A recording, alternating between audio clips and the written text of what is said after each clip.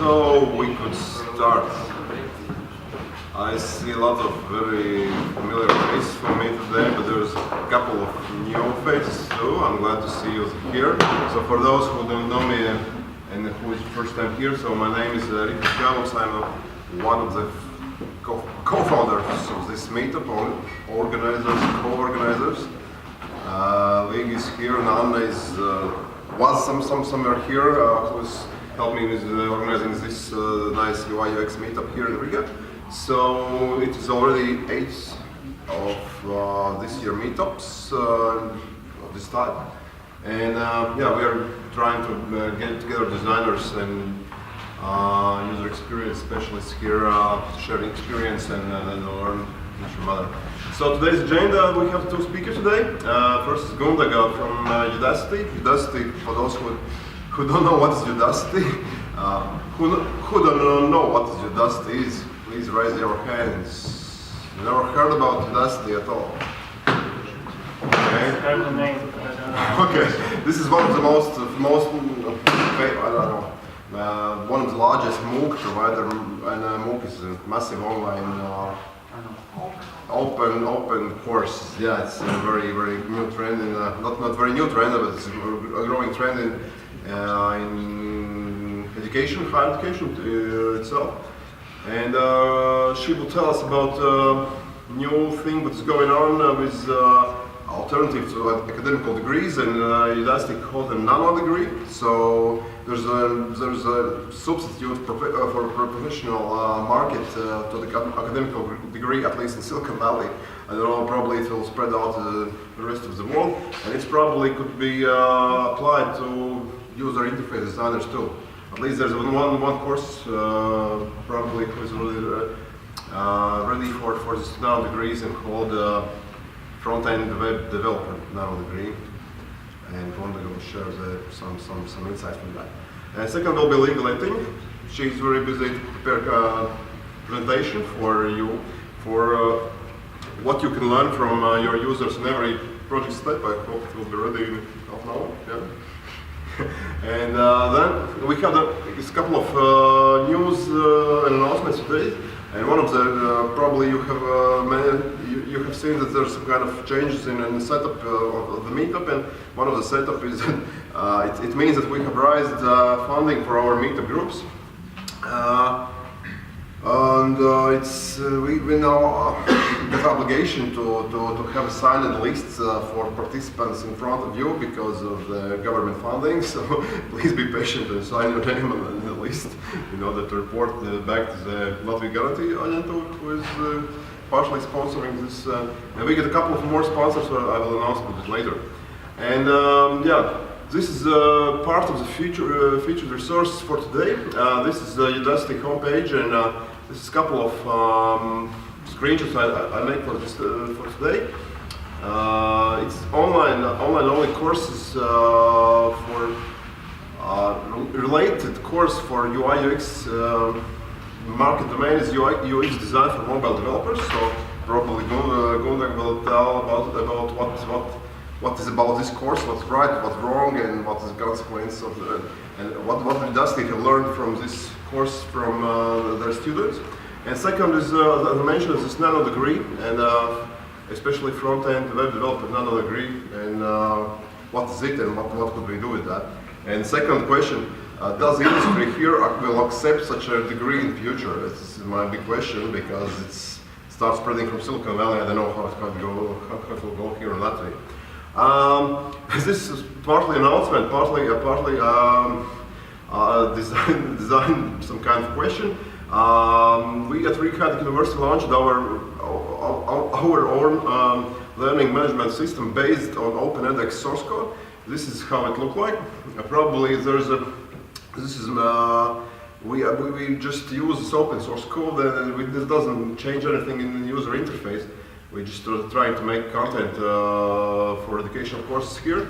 But I just have a question for you about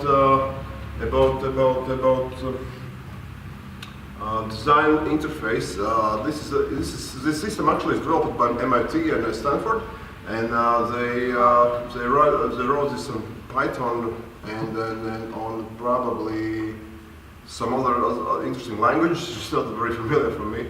And this platform was founded with a couple of millions of dollars. It's quite complicated, but when I yesterday started to make the first course, this is usually user interface, I just started to think about UI UX matters here, and I don't know, probably I would be glad to hear back from this local society of designers. What do you think about them? This particular page, and is it worth a couple of millions, or is there a possible way how to improve that? Because this is open source project, and in order to develop our platform, we could change and add the code and share to best universities as open source involved. And yeah, this is just for information. And this is exactly, yeah, this is for part of feature debate. So we have created at Red University so-called Latvia Technology Entrepreneurship Meetup Network.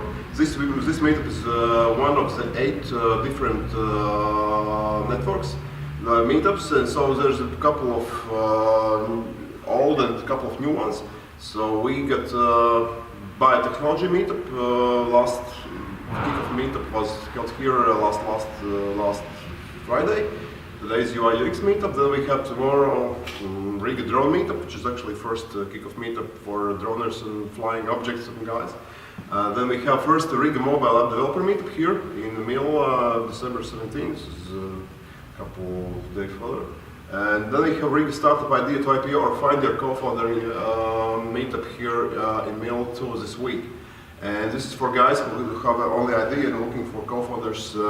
Just appear there and pitch your 5-minute idea pitch, not startup pitch, but just your very rough idea. Then we have good product programming and 3D printing Riga meetup, which will be held in Riga Technical University Design Factory for with Charles Bushmans. And then we have Bitcoin and cryptocurrencies meetup. All of them happening almost like here, and this is scheduled for December, and the same we got a nice calendar now on Red University edu.lv. You could find a very, very complicated calendar, so we're quite busy. And today we don't have featured startup, at least I didn't have time to find out from Latvia who they are, who we mentioned as a UI UX startup here. We don't have a featured project until now, so I hope we have next time. And this is sponsored part, so Red University, Technology Entrepreneurship.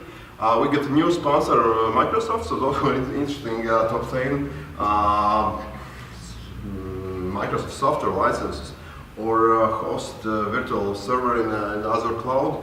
Just bring me a mail and I will send you invite. You will be approved by the local Microsoft guy, and then you will get almost not almost free, but free license for almost every Microsoft project, or a product in what you have. So it's quite interesting program for startups called Microsoft BizSpark.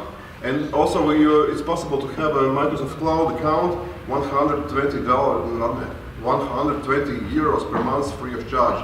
It means that we already run a couple of servers, which actually is just to be in this free amount. So we're not charging for those instances. So if you're interested, just bring me a mail and I will send you a ride.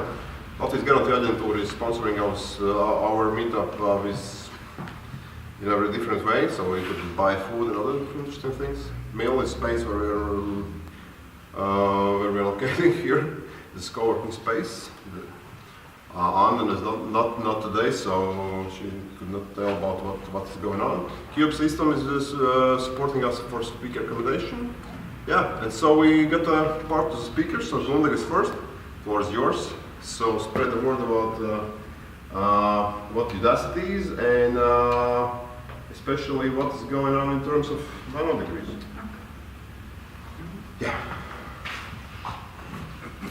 So, hello everybody. I'm a course developer at Udacity. A course developer is something like a mix of software engineer and instructional designer.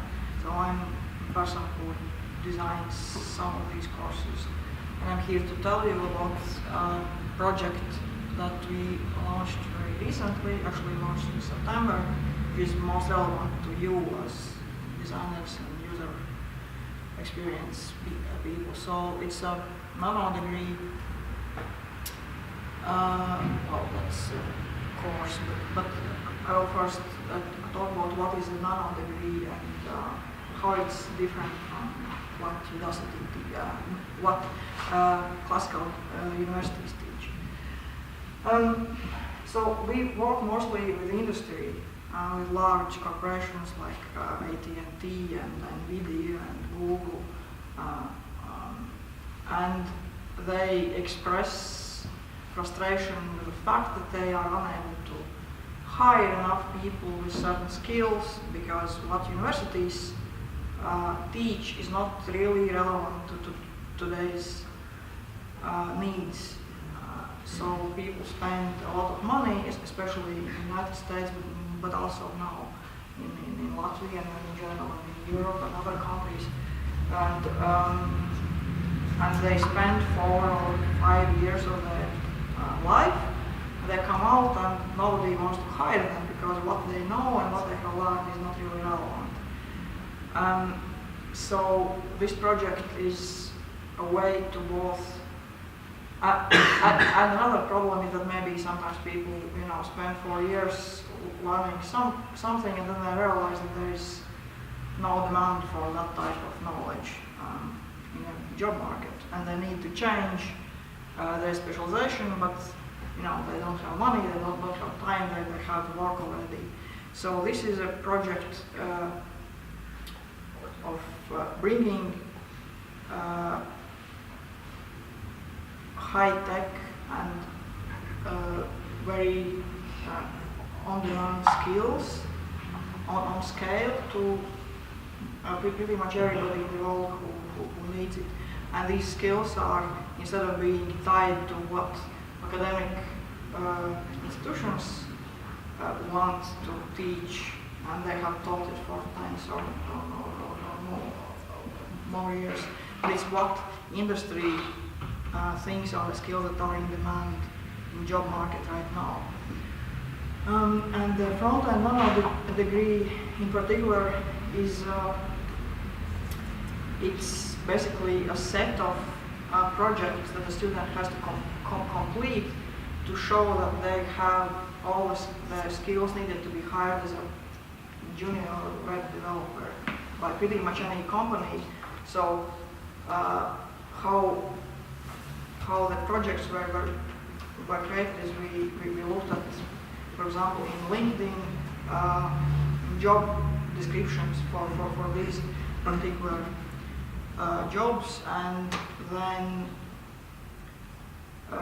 designed projects that would showcase all these skills. So first of all, and we provide courses and the educational material that also teach them. So the courses are available for free for everybody. So you can learn all the skills you need. And the nano degree itself is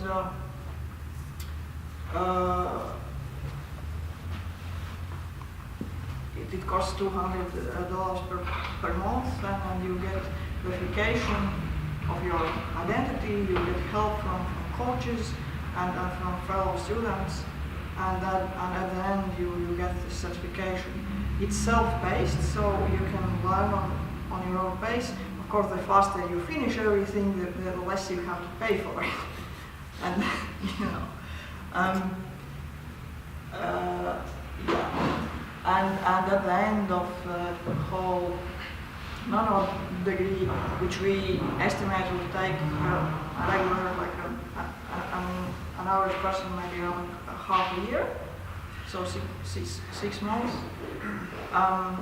And then you will also have a portfolio of projects that you can show to potential employers or business partners. I think that, like, I understand that here people are growing more designers and artists, maybe less. Ecologists, some. Yeah, but we see a lot of our students having such background, and then they want to be able to, show off their creations, or maybe work more with the internet and learn skills that are needed to go from being able to just create graphical design, be able to use the full force of internet and web technologies, and that is what we help to do with our content. Yeah.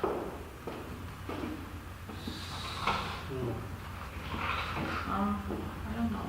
Any questions? You said that for this $200 a month, you get course materials, you have to learn them yourself, but you get tutoring from the teachers, like from the mentors that are there that verify the work and see if it's made well. At one course which was shown, I think it was even this one, it had almost 25,000 participants. I don't know if the counter is wrong, but if you imagine that there's so many people, how many mentors and teachers do you need to give consultations to every student?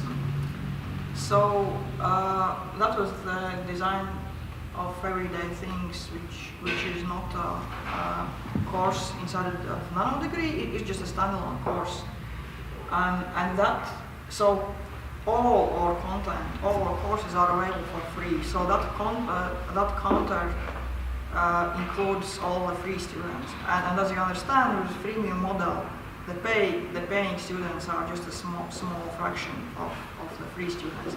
The students who just access the course materials online obviously don't get tutoring because we can't. That is even not one of our most popular courses. Our introduction to programming course has more than 300,000 students. I mean, it's not at the same time, but science start. So it means I can go through the course, for example, for free. Yeah. But if I pay, I get additional perks like this one-on-one tutoring. Is there a limit for some kind of what hours do you have for each student if you have a high demand? And I guess the other perk is like you have a real certificate like it. So the one-to-one tutoring, as you understand, is very hard to scale because some students, if you don't put a limit, will just continue asking, and basically like they ask you to hand them solutions to problems because they don't want to think for themselves, and then it's like, well, you are supposed to be learning, but they have paid, so it's very, very hard. So for a nano degree, the coaching is mostly in the form of feedback for projects, and that is mostly via email.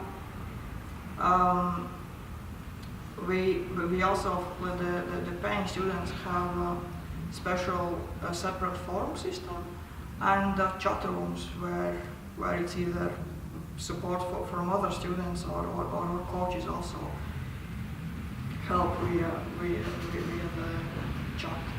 So it's also the online support, since most of the operation is in the United States, the hours are not very friendly for Europe. However, interestingly enough, I think about half or maybe 60% of our students are not from the United States, and they are pretty happy about it. So it's, yeah. So, still about tutoring, sorry. Do you have some kind of quotas? How many? Well, yeah, because I didn't hear from you. What is the number of hours you get at the mentor? Because I understand it's through email, so you can't really objectively count the time spent. But is there any suggestion number of hours that the mentor can give to a student, and what is this one mentor's capacity? Like if you, one mentor, 50 students, one mentor, 200 students, probably not. So is there if you reach a certain amount of users, paying users, do you increase the number of, how does it work? Yeah, so we don't have a limit on how much you are allowed to interact with the coaches. But we are currently, because of the launch of nanodegrees, before nanodegrees we had just individual coaching for courses, and that was very hard. Also because of people actually want to have a path to some meaningful end result, and for a nanodegree the meaningful end result is very clear. We and AT&T and Google, who are our partners for this nanodegree, they have, verified that the projects are good enough that if a person has really learned that, and we verify that they know the content and that they have done the projects, that they can get a job as a front-end web developer. So that is the meaningful reason to take a whole nano degree as opposed to just a single course. So we actually find that I think the motivation for students who go into nano degree is much better, and they actually try to learn and don't interact with the coaches the same way as for individual courses. But and as for the limit of how many students can one coach support, that's very true. We were trying to understand what the limit is, so that is why we are capping the enrollment. So it's the enrollment for nano degree happens every month, and then the cohort kind of goes more or less together. They can interact between themselves, and they are supported by the same coaching team. So we are capping the enrollment to match the number of coaches that we have. Okay, but sorry, one last thing. I'm just trying to understand the system. I am a new programmer. I don't program at all. So if I wanted to learn programming, and there's a high amount of students participating actively in the course, paying students, is there any given time in which the mentor has to apply to me? For example, if of course I will look from Google and sort of imagine if I'm a really stupid student and I want to ask all of the questions to the mentor, then is there any time limit in which the mentor has to respond? There's a time limit for individual questions, and like for project submissions for feedback and there is also, I think once a week there are office hours where you can send in your questions that are obviously not about why doesn't this code work, like, or why do I have to put a semicolon here, but it's more about more general course or content related or logistics related questions, and then they are answered on video live, and we also have a recording of that. So, and then these are available for all students. So So what is the time in which the mentor needs to respond to individual questions? Approximately, of course. I don't know. I don't really work with coaches that closely. I think that for project submissions, the time limit is 2 weeks. So you give a question and you get response No, within 2 weeks? it's not about the question, it's about the project. When you finish a project, which is usually fairly large, and then you get feedback, and that's a maximum.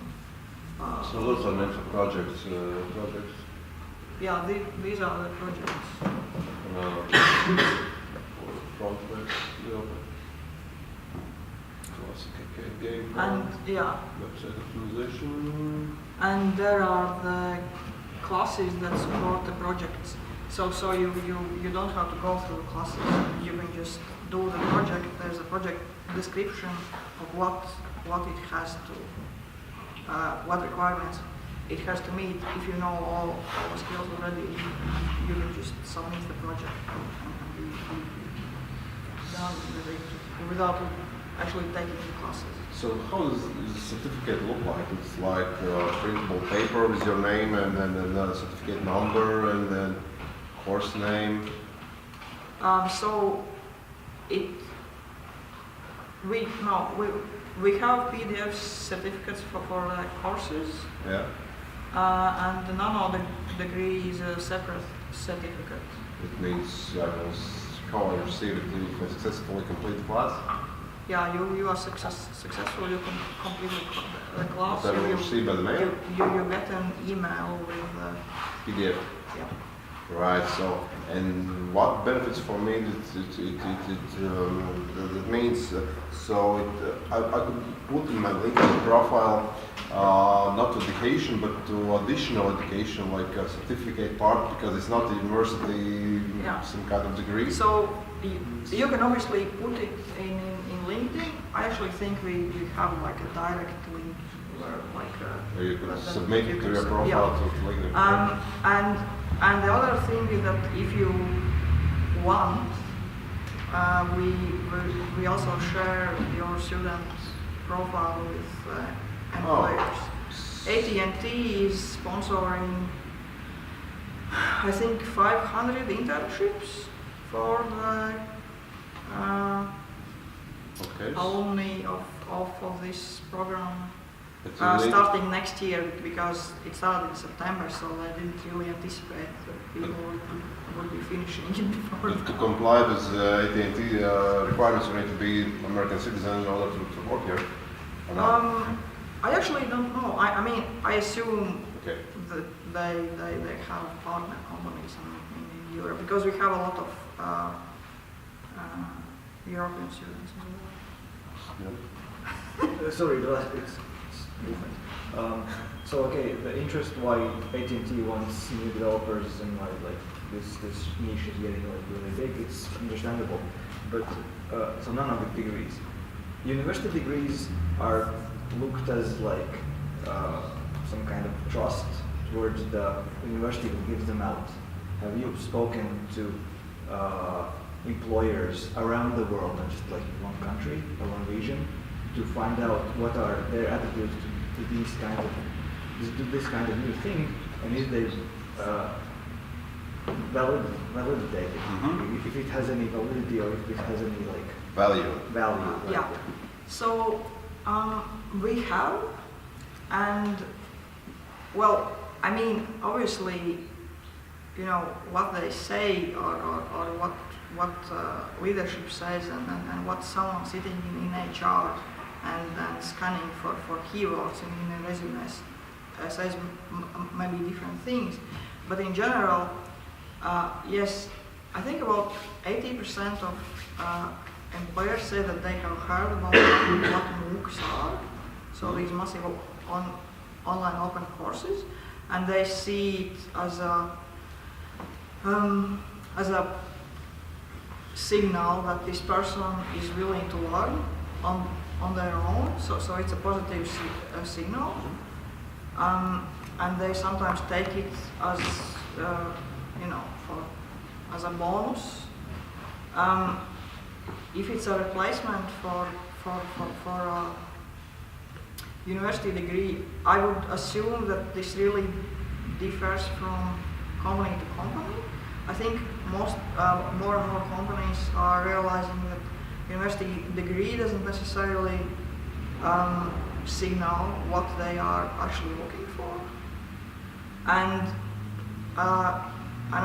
on the other hand, something like this, that the person is willing to learn and capable of learning on their own, and that they are taking time and putting in resources to get better at certain thing, is a signal that this person will be good employee because they will be learning continuously on the job. So we obviously don't have the name of Harvard or MIT or Stanford yet, but it's definitely something we are looking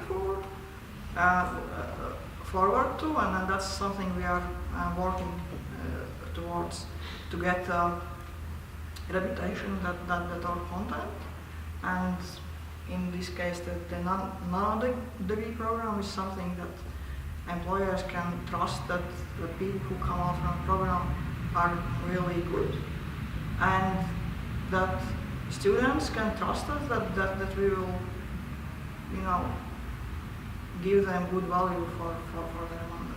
I think you should track the students who accomplished the course and went into, I think I'm everyone, but they're going into working in the companies, and track them for a while and then ask the employer for like a little feedback, and to build your reputation not on the academic part like Harvard and Oxford and whatever, because they're like completely different thinking, but like base your reputation on what the job market wants.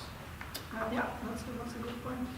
Liga, what do you think about Cube System Human Resources Department? Is there a value for such certificate if you're looking for your company, new developers, or in the future, for example, web front-end designers, in UI UX designers, if such a degree or nano degree is completed, is there a value for that? I guess it depends on the company, how big it is, and for your company? how thirsty it is for resources. Okay. We are a small company. We don't really have the resources to, well, I'll put it another way. So when we look for new employee, we need to make sure that the person is able to jump in the project the next day and work So is on university his own. degree And some... certificate is not proof for us. We need to see a person and work. So anyway, we will test the work first of all. Well, But it's again because we are a small company. We Yeah. don't have the time to let the person join up the company. so that's a good point. You are very focused on a certificate. Do I get a printed certificate or do I get a PDF? And who cares? Like all the projects that the person comes out from front-end nano degree, it's a front-end, it's a web page, it's a portfolio item. Like in the first course, the first supporting course, which is portfolio mockup to HTML, students learn how to make a static web page from mock-up. But you could fake it. You could ask your friend to make a project for you. Or is it somewhere in Udacity very skilled web page? Well, the same thing is with like academic, you can fake it. Okay, it's... Of course. That is why we have exit interviews. Apart from project feedback, where you send the project in and the coach reviews if it meets all the technical specifications, including code quality and like if there are comments that are meaningful. We also have an exit interview, which is a video chat where you have to show your, ID and everything, and then the coach asks you for specific questions. Are you really Hans College? Yes, I am. Show your ID. No, like how did you do this? Why did you choose this thing over something else? But how the human resource department could know those links with those projects? Where found the students' project links? So I think what they need to do is like concentrate on like how to the validity of their course, how to show that the students are capable. Well, the students can take these and put them online on their own website. So there's not some kind of verified Udacity profile for every student where you could show some kind of link and human resource department could log in and say, wow, you look nice, that's cool. I just think about it because it's public student profile, yeah. Yeah, it could be controlled and certified by authority, which is Udacity, which is certified that all projects is legitimate, and so. Well, at the same time, so this is not a university. We don't really care as much that they do just this, what is described in a project. We encourage students to take the project further, make them their own, and then make them part of their portfolio. So having that as some kind of part of Udacity would be somewhat limiting, I guess. But you should worry about your graduates, because if you have a graduate with a nano degree and he completely sucks, he goes to an employer and the employer has bad experience with the nano degree and he's like, no, we don't take because he sucked, and I guess more people could suck. So I'm not willing to take this risk. So maybe you should invest in some kind of public, if the user is in for it, the public approval of the person's skill, and then see where that goes and then learn from that. I don't know. I'm just really skeptic about everything in life, so I try to find the flaws. Well, I'm very skeptical about people who have university degrees. It's that doesn't say anything. It's I don't know. You have degree from university. I don't know anything about you more than that you don't have until I have, as she said, seeing you at work or seeing something that you've actually done. So this is the same as for regular education, I think. And science, this project is very new, so we are still going and learning. And what's the demographics of the students from age, point of view, for educational point of view? Yeah, so we have a lot of students actually who have already a university degree, but not necessarily in the field. So we have a lot of people who want to change careers. It means midlife careers, something like 30, 40? 25 to 35? to 35. Okay. A lot of these. For nano degrees, we have for this one we have also a fair number of who have just finished high school. Okay. So they're looking for a nano degree, not for university. So they're skipping the. Not necessarily. They can be doing it in parallel. Okay. Because universities don't teach this. Right. A lot of universities don't teach anything like this. They will teach you how to program in Pascal. It's the same for them. It's very true and it's very sad. It's true. I coached in Holland. A few people came from university, they were completely worthless. We put them doing content management. They couldn't program at all. Actually, they learned the wrong way to do things, not the right way. That's too. And that was even worse because they could make very serious mistakes, like security mistakes. It's not good at all. I think that part of why we work so closely with the industry, and so we know what are the right ways to do things and how to teach them, and we can also adapt to the current trends or best practices much faster than the university can, because they have a lot of administrative and a lot of bureaucracy. Since we work with Google, for example, we also just actually in January or February we will launch a mobile development for Android and for iOS, but we have some standalone courses for Android, and in the course we use the Android Studio, and we got a warning that the new Android Studio is going to come out like just a couple of weeks before, like anybody else, and the same for other technology, so we kind of get a warning. You need to keep your projects updated.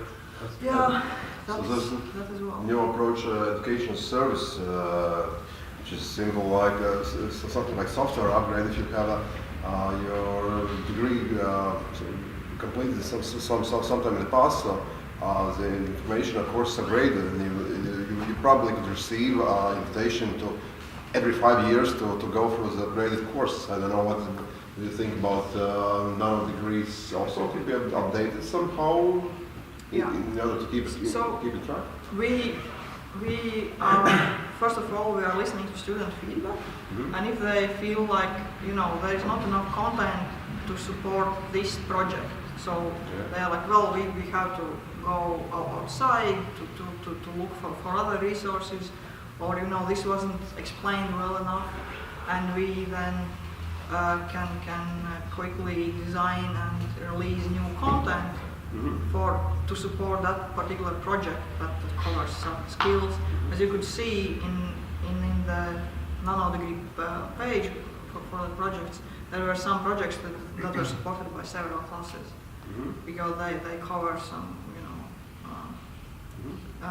and at the same time, unlike university where you need a credit point for that, so you need to take this class end of story, even if you know the content, and the professor is like, if you don't have 80% attendance, I'm not giving you a pass on the course. So we don't really care if you took the class, like the whole of the class. If you know some of the content from somewhere else, I mean, you took like Code Academy or something else, and if you can do the project to our specification, to our quality requirements, then we are cool with it. Okay. And you said there's something wrong with UX design for mobile developers. There is nothing wrong per se. It's just that maybe it's because most of our students are very technically oriented, and this is more about design, so it's outside of their so much of their skill sets or their interests and everything. So this is, of course, mainly not for coders but for designers. Yeah. So it's about. It's made for me. It's a good thing, not very bad. But is it UX design for Android is something different from that for iOS? So certain skill sets which is only Android UX designer.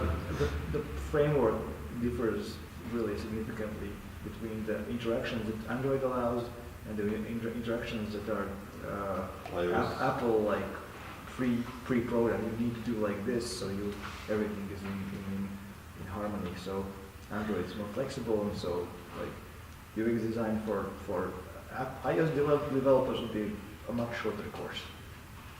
Oh.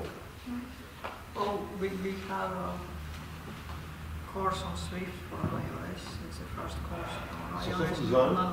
Sorry? It's also design. No, it's it's coding. It's the new That's Yes, coding. it's new framework for of coding. Yeah. iOS. Yeah. So the. I mean, there's some design involved anyway. You can't really like. Is there any- The software was already made by Yeah, Apple. well, that's They just but need like to the do that picture. user And as far as we user know, experience. coders are very required as a profession now in field. But UI UX designers are one of the most wanted guys in the world. So, is there some kind of roadmap for Udacity to develop another degree for UI UX designers somehow, or especially for this part of the not technical coding, but Yeah. So it's we don't have at the moment. There are certain courses that cover specifics for the specific platforms.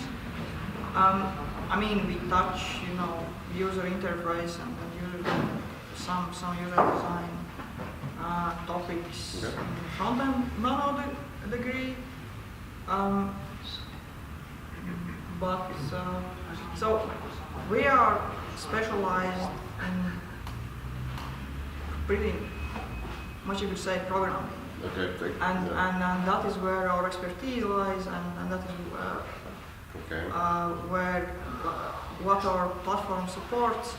And you can't really, give automated feedback for hundreds of thousands of students for something like UI or design, because it's very subjective and it's not. So we need to have a different system for that kind of feedback, and we are working on it, but it's not in place. Okay. Any questions for Oleg from the crowd? Who would like to talk with Udacity, one of the employees from California Udacity here? It's not very often. Hopefully, just of your last question about certificates. What about verification? Because if it's a PDF, you can probably, it's more easily to forge it. And so do you have any verification process? I mean, besides, let's say, not employee, but sending email to Udacity and asking, is this really a student of yours, or is there an online verification process that you can jump in and type some, some code, and it correlates with the person who has finished the course? So we currently don't have such system. I assume we will have it when the first cohort that started in September will, be at the 6 months mark. Our developer resources are limited, and we have a lot of stuff to do, so can't do everything at once. But for the people who finish it faster, I think it's a matter of, references are available upon request, and then you can send email to us and we will verify. And also, employers actually reach out to us and ask specifically. So we are interested in this and that. Can you send us your top students for these courses? And that's involving the projects and show this picture of why do you think this is the top student and how did they excel? Okay, and for my side question, why did the Udacity change the user interface recently? And do you think this is better than the old one? Who is developing? You develop it internally from Yeah. designers sitting down? So we got 2 designers. Two? And they used, Oh, open. yeah. Okay. So I'm really sure we are trying to hire the 3rd one. Okay. We are about 150 people. So it was actually changed because we introduced the paid courses. So before that we had just basically one button that said go to the course or something. Mm-hmm. And then we needed 2, where one was for the paying students where they can enroll and pay, or just if they are already enrolled they go, and one for the free students. Basically the content is the same, but we just needed distinct difference. And so the nano degree itself doesn't have a free version because it's just a combination of projects. And the first version, or the old version of a homepage, by user feedback, didn't make the distinction clear and didn't have the free path clear enough and visible enough above the fold. So we had to redesign and make the 2 paths clearly visible, because a lot of our partner companies actually care very much. And get the certificate also? But because the trial is like about 2 weeks or a month. 2 weeks. So Technically, in theory, if you submit all your projects and they all pass on the first try, then you can maybe do that. I don't know. I don't think anybody has done that. I think the fastest student was like 2 months. For nano degree certificate? 2 months? Yeah, full nano degree. Is it? Because if you're sent back feedback about the project that there's something wrong and it doesn't really pass, then the loop is probably longer than for 2 submissions. It's longer than 2 weeks. just was interested. And why was the decision to make batches for submission to applying for the courses? You next nano degree starting in January 7, I think. Why I couldn't apply any time? Right. What's the reason? First of all, it's about our capacity with coaches. Okay. We second, the people who learn together, they form a community, and so like one of the things that university provides you and online courses don't is the fact that you get to know other people who are taking the same course, build contacts, build connections, and maybe stay in touch after the program presented. So this is our way of trying to build that community. It's also easier for us because the students can help themselves, which is also not only good for us but also good for students, because by helping somebody else with a very similar problem, or maybe a problem that you have struggled yourself with, and then you explain it to somebody else, you learn it a lot better.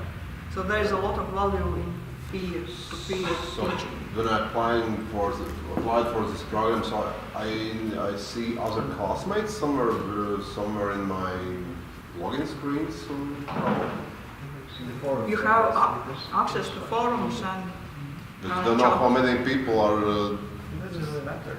You just see the participant account, so you interact with the people who know something in the forums. So But forums is for each class, for each batch is separate forums? Or? Yeah. Okay, I got it. So, and there are soft deadlines for project submission. I think it's like you have to submit your first project and pass in like 3 months or 2 months.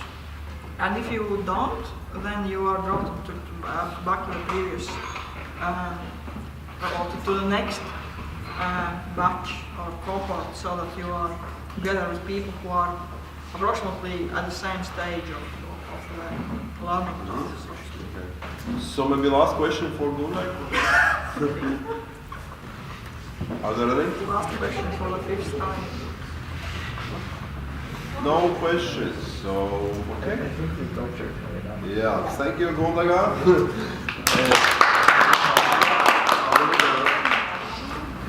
I guess we need to make a 5-minute break. Yep, okay. Yeah. Okay. So 5-minute break and then back.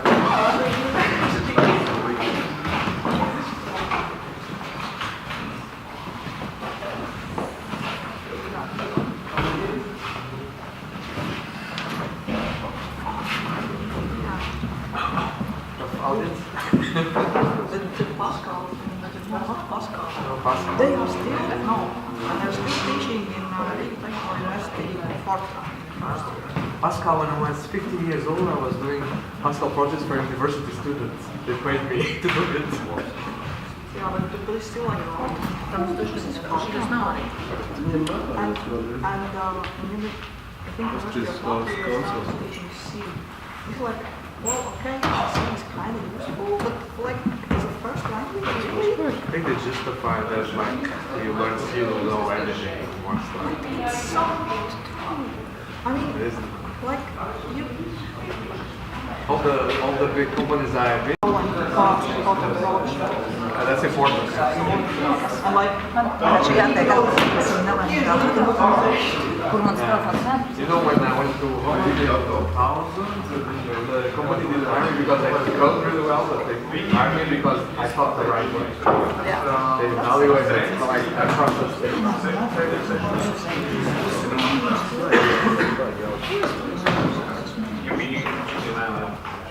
Liga, floor is yours. Thank you. Okay, well, before I start, I have to apologize for a few slides that are still in Latvian because I jumped in on the stage just today. I didn't have the time to Photoshop everything in English. But as I understand, most of us are Latvians, so you'll be fine. And also, there will be a few videos from user testing that are also in Latvian.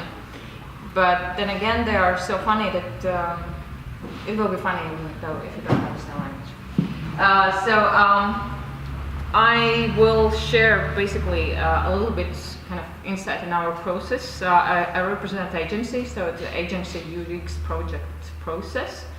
And I'll also show a few UX methodologies that we use, and basically I'll go through or mention a few of our case studies and lessons that we have learned from users. It is always very interesting, and my main message with this talk today, I guess, is just to encourage you, to inspire you in include your users in every step you make in your project, and learn from your users in every step. So just a little bit about me. So that's my face. And currently I have 2 roles. I am UX architect at Cube Systems, which is IT developer agency, and I'm also responsible for UX conference that was first time this spring and is going to be next year on 26th of February, by the way. And also my experience now as UX designer is 3 years working with large scale of projects that are like the right side, and before that I have done webmastering, project management, and PR things with a lot of other runs. It's kind of combining UX with communication basis. But yeah. And for introduction part about Cube, who doesn't know Cube, we are agency, digital agency, with more like doing the, we say advertising part, like small interactive solutions. We are Cube Systems that are doing more kind of large-scale projects like government projects like LMT, Latvian Mobile Phone websites, like the e-commerce sites, and we have Cube Mobile that are doing app and mobile site development. And projects that I'm going to mention during this my talk will be Latvian, which is self-service portal. We started with Estonia, where the electricity sales market opened up first of all. Now we're working in Latvia too. There will be case studies or some videos from both Zemesdienas and State Land Service, where we did quite a big part of the project, and Latvian State Forest, maybe a little less, being the online banking. So they are, as you see, kind of pretty large-scale projects that we have built, and we have built them based on this methodology or process that I'm going to tell you now. So it's called, in 3 words, and you know these words, it's user-centered design, right? And it's also based in theory, so if you haven't read, then probably have to read Joseph James Garrett and the elements of user experience. So it's basically, again, showing that we do a lot of work one by one before, a huge process of work before we get to the visual design, right? But you all know that, right? And in case if you still don't know, that there is the book to read this, right? But obviously we know that web design is kind of the visual part of the iceberg, and there's a huge part underneath the water. And so how we do it? This is our process. Sorry, it's in Latin, but in English not too bad. After that, go back. Yeah. So what we do, first of all, of course, we do the analysis, then we go into deeper research, user testing, then we kind of write up the kind of specification for the project or the brief. Sometimes it always comes here. We have done all the research, analysis, user testing, then we have the brief for the project. Before that, we are just gathering information. And when we've done that, then finally we go to the structure or the information architecture of the site. And then we draw wireframes called karkas in Latvian, as we are reading very first UX UI meetup here. And then we come to the web design, and obviously after that comes all the programming integration part. For the English speakers, here is the kind of similar flow that I borrowed from another agency, but basically it says the same. We start with establishing a concept of research, business analysis, industry. And then we sketch, and then we can again test, and we can release products, and again we can analyze and test. And it's kind of, in a way, it's actually in a perfect world, it's never-ending story. You build something, you test, you go to adapt it, improve it, go test again, right? So for coming to the things that you're really interested in. So we start with research, or like gathering user needs and business requirements, if you wish. To the business requirements, it's kind of simple part. You go to the client, you ask questions, client says, well, we need that, and then we ask additional questions, what you mean by that, and how you will measure, and what's your process, and the client gets a bit kind of, I need to think of that, and I'll come back with more information. Well, you know that, right? Then for the user needs, what we do, we again start with interviewing clients. We start with getting to the client service departments, at least to the data. So we want to know what are the phone calls, the problem calls that are coming into the support center. What are the emails? What people are telling them? What is the feedback they have already gathered? Obviously, we check Google Analytics. Obviously, if we can get more and more researchers, it's always better. But then again, you need to kind of balance with the time that you need to put in project. But actually, customer satisfaction researches are also really good data sources for UX designers to find out some problems For instance, if you happen to work with government institutions, they have done this huge research, or not maybe research, but they had this polls of site users, what you like, what you don't like, and there were quite interesting data that I got that we can use now in projects. When we have gathered all these needs, what we try to build or draw, we try to do personas, and this is something that Peters has told a lot to you about, what is persona, how to draw that. It's just an example of how we do it. We try to make it very simple, but we try to still add kind of simple demographic data if it's possible for each representative from separate different user groups. But this one is from State Land Service. No,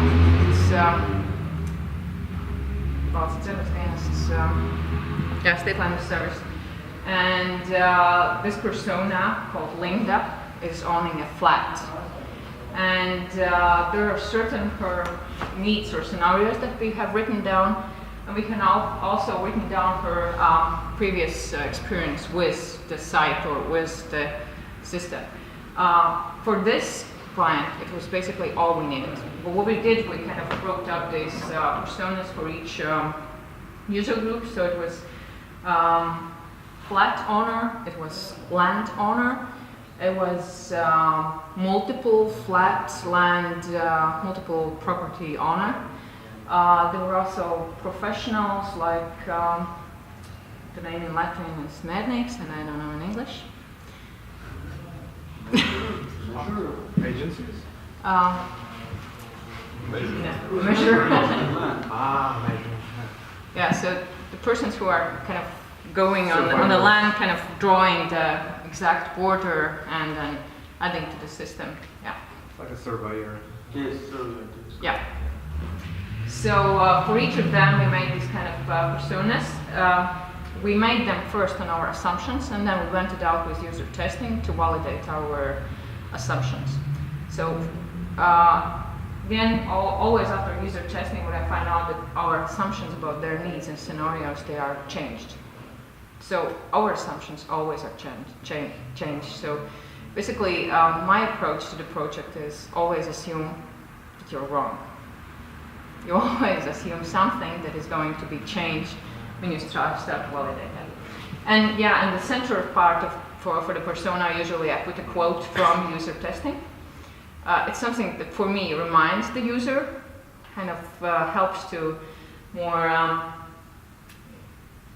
feel the user, and usually there is something very short but a typical kind of user attitude to the product, or typical kind of pain what I should solve.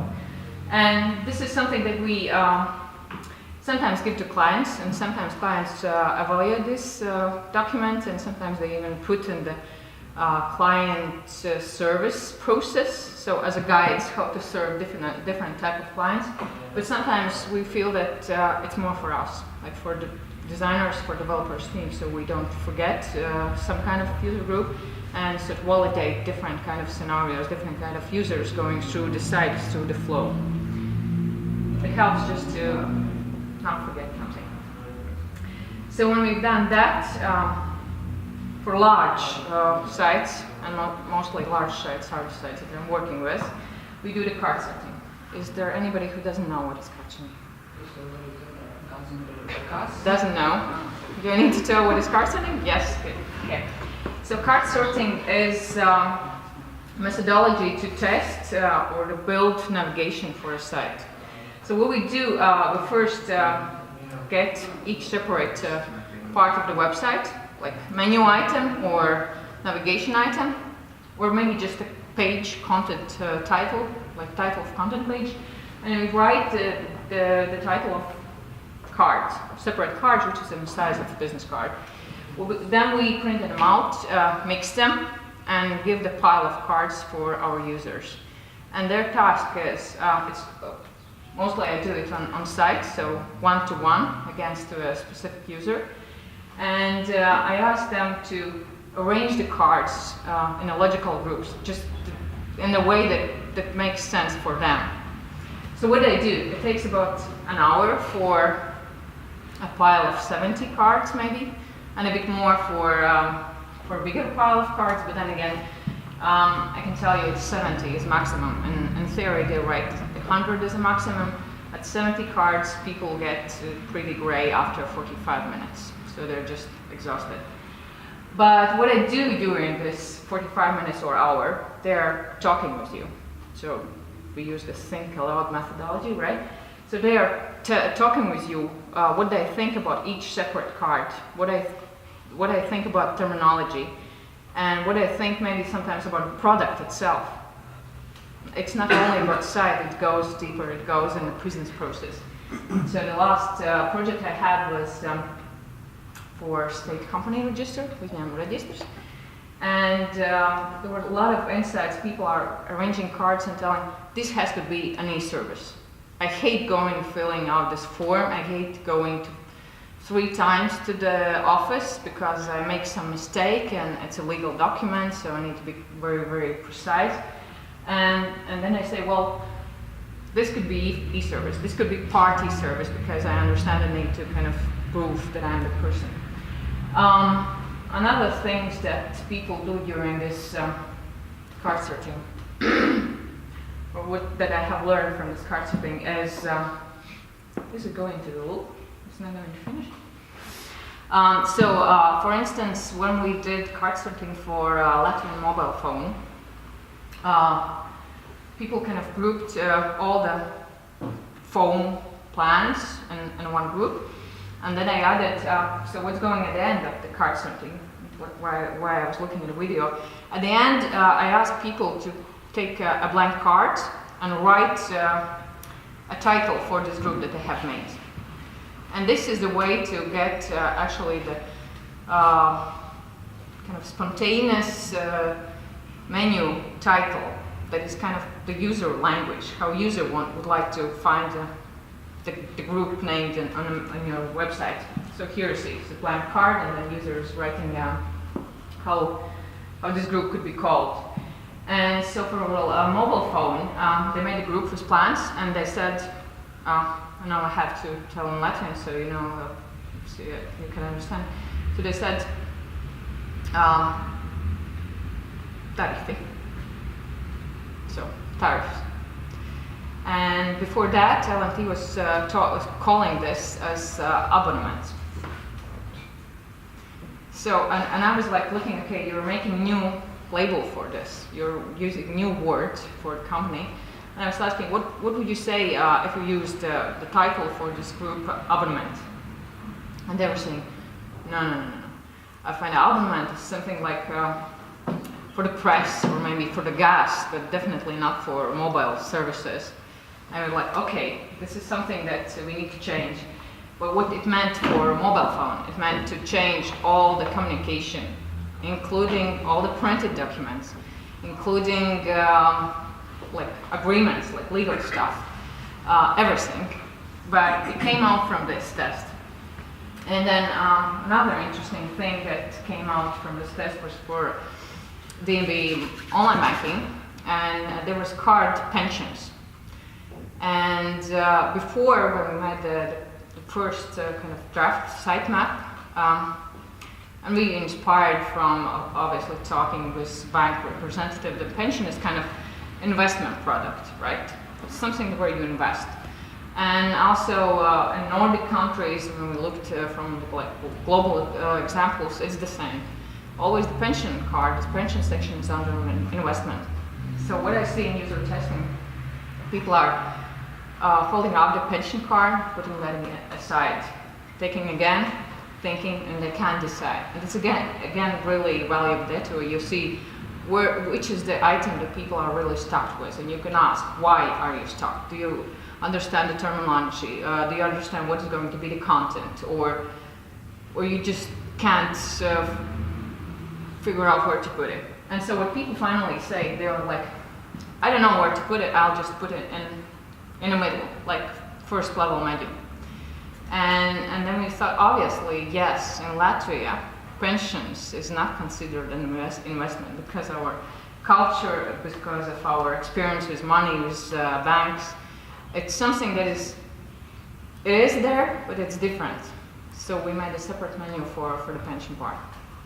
And also for state land service, cloud sorting was very interesting. They had 76 services in the site, and they were grouped in really mystical order, and they all had very complicated titles like kadastriālā vērtība or that kind of sorts of thing that you can't even normally pronounce.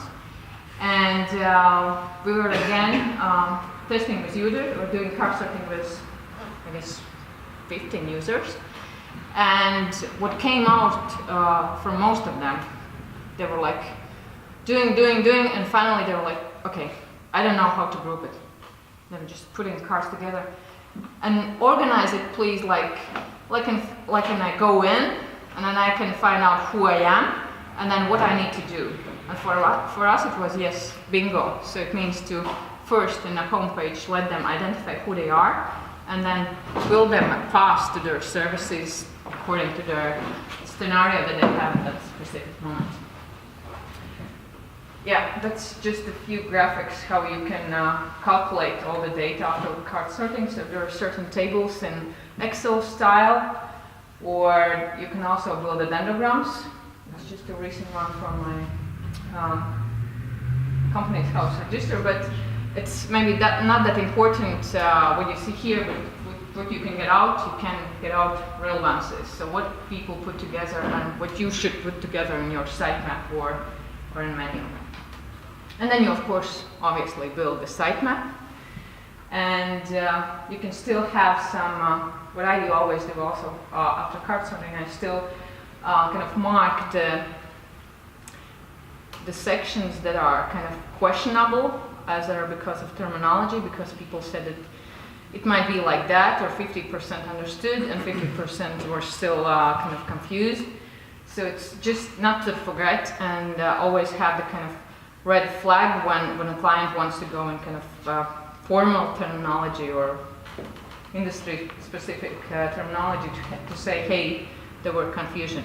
Here was the title that was kind of confused. To always be sure that you do not go back in the industry side or business side, but still be in the user side. So then what else before we start designing? Sometimes we do user testing on existing or the old site. And again, for state land service, they had this cadastre system, basically a system where you can log in and see all the real estate items that are here in the world, in Latvia, and see detailed data about them. And we asked those users to go in and to find their property and to find data about their property. And what we did and why we did that, sometimes when we see that the system is that bad as it looks here, we obviously know what to do. We don't do user testing in the beginning. But if we have tough clients and we see the client is pretty happy with existing and not pretty design, then we do user testing in the beginning to show how unhappy people are with design. So this was the case. And the lady is the lady from the persona you saw before. So a lady has just one apartment. She bought that 10 or 15 years ago. She lived happy, and she had never to come here. But then again, she saw that one day she might want to check her data. And so what happens when she comes to the system to check her apartment data? Skatīt telpiskos datus, tas atkal.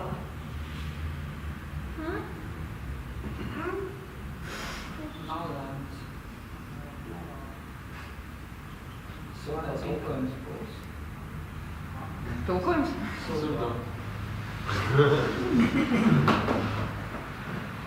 Vai ir atsevišķi priekš? No. Apkārt priekš. Vai ne? Viss jātiek vīgā.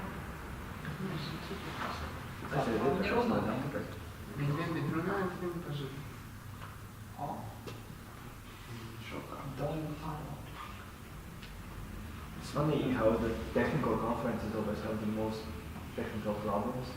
Right. Murphy's Law. Yeah, I'm really sorry not to waste your time. So what she's telling, in pure Latvian, so I can translate now in English. She's like going to the first item and saying, well, no, I can't do it.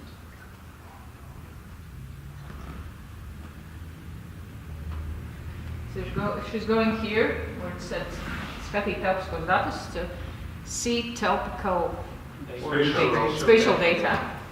And she's like, what does it mean? Is it like, no, not clear in English.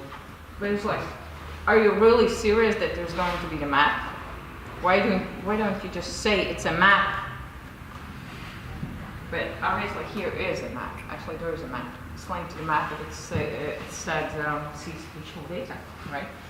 And then she's going to this second link, and she's like, what is physics object? What is physically related object? And then when she goes in, I don't know. You can't Google it, it's a video.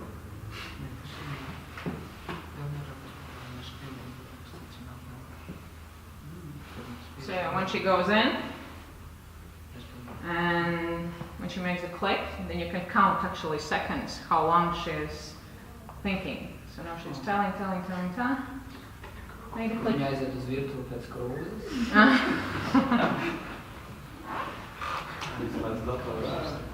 Oh, it's so funny video. And now you can count seconds, and it was about 15 seconds until she finally could kind of give her feedback what she sees here and where to click. So it was complete confusion with the system, and here again she's like still staring and seconds are counting and she still can't understand what she's seeing, what she should do with the data.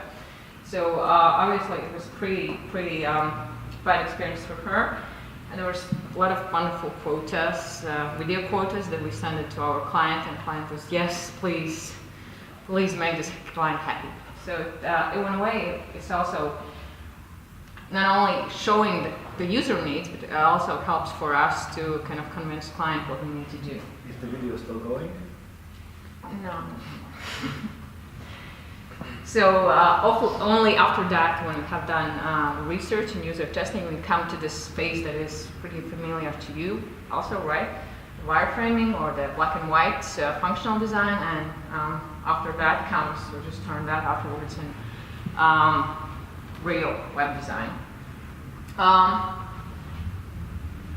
don't have to talk much about wireframes, right?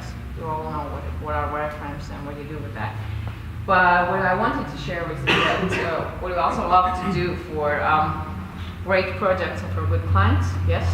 You could talk about why the wireframes usually differ from the design. Like you see missing objects in the wireframe that are included in the design.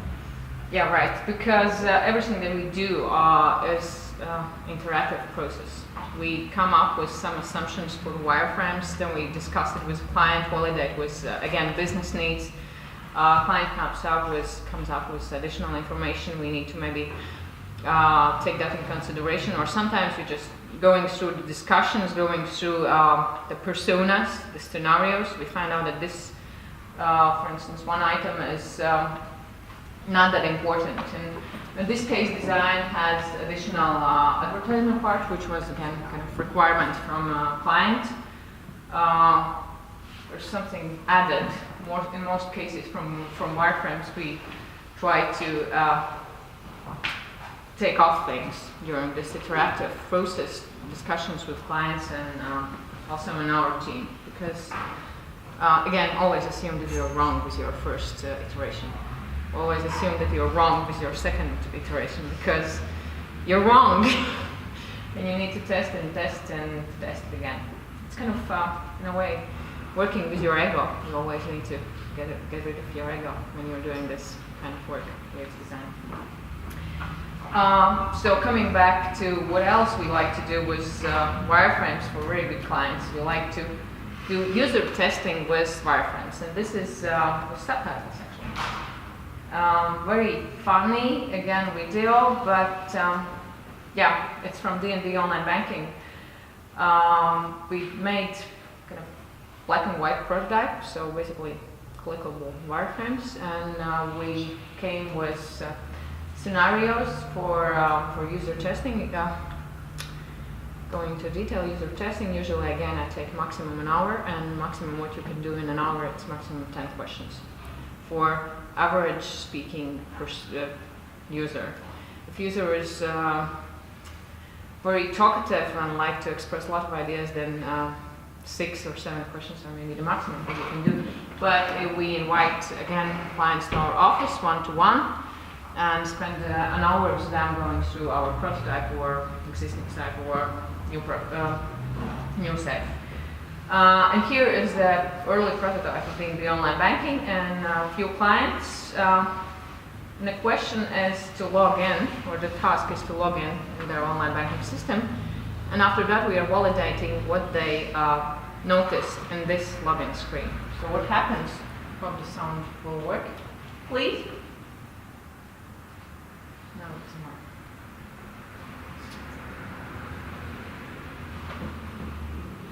Why?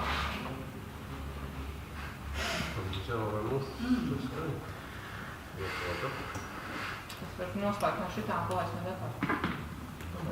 Ja? Jā.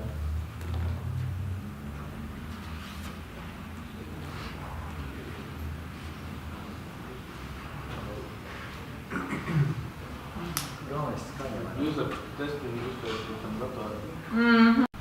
People below are not that familiar with probably this kind of systems at all, and I tend to not put the maximum age limit because again I can say that this guy who is retired and he's over 60, you might say he's not advanced IT or internet user, but he is.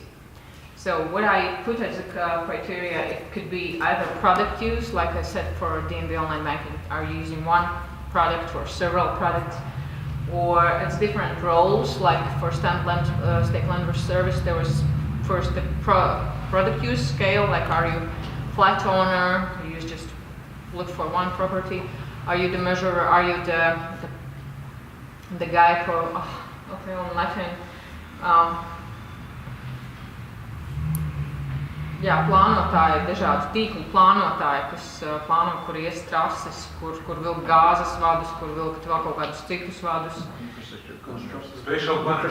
Infrastructure planners. So they have different needs from the system. Then, for instance, now for Companies House, we had a group NGOs. So again, they have kind of the same things that they want to go to the company house, they want to register the NGO, or they want to change the data about the NGO, but they have different kind of mindset. Then we have new business, like startup people, then we have experienced businessmen, then we have lawyers, we have accountants. So it's more from the role scale. And then certain other criteria like IT literacy, then how also industries, like I tend not to have people from IT or from marketing industries, because IT people are, especially in cards, they're making the site map already, footer, header, sidebar, and it's like, no, this is not working for me. And also for marketing, they have different kind of mindset. They are not that spontaneous in their response. Yep. And just a few benefits that we have found out from this process. Benefits for business, basically. There are sales arguments for us afterwards. Clients say that they have improved their business processes. Always doing UX design, UX research for the company. It's not just about design, about the system or the website or the self-service system. It always touches the internal processes, business processes for company.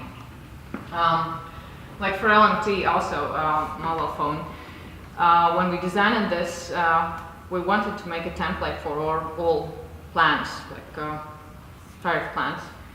And when they looked at their plans, they had 11 plans at that day. They're like, no, we can't put them on one template. So we said, okay, we need to make 11 designs then. Will you pay for that? And they're like, no, we'll go back and do our homework. So basically they unified their plans. It was easier for people to compare them, and also made it easier for them to create new plans. Yeah, I understand if user behavior and terminology that they use. Obviously, reduce support costs, like the phone or mail support that you need for the company needs for clients. And in e-commerce case, of course, it should end up with increased sales. Yeah, just a few benefits that also DNB mentioned about the new interface. Yeah, what they were doing, they were also making a short questionnaire for the clients for they like the new interface.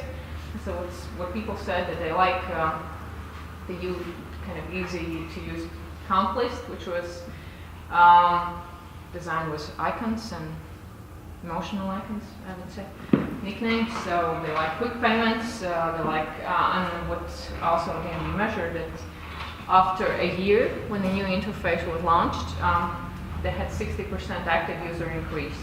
And again, interesting to know, before they started to redesign, they actually was having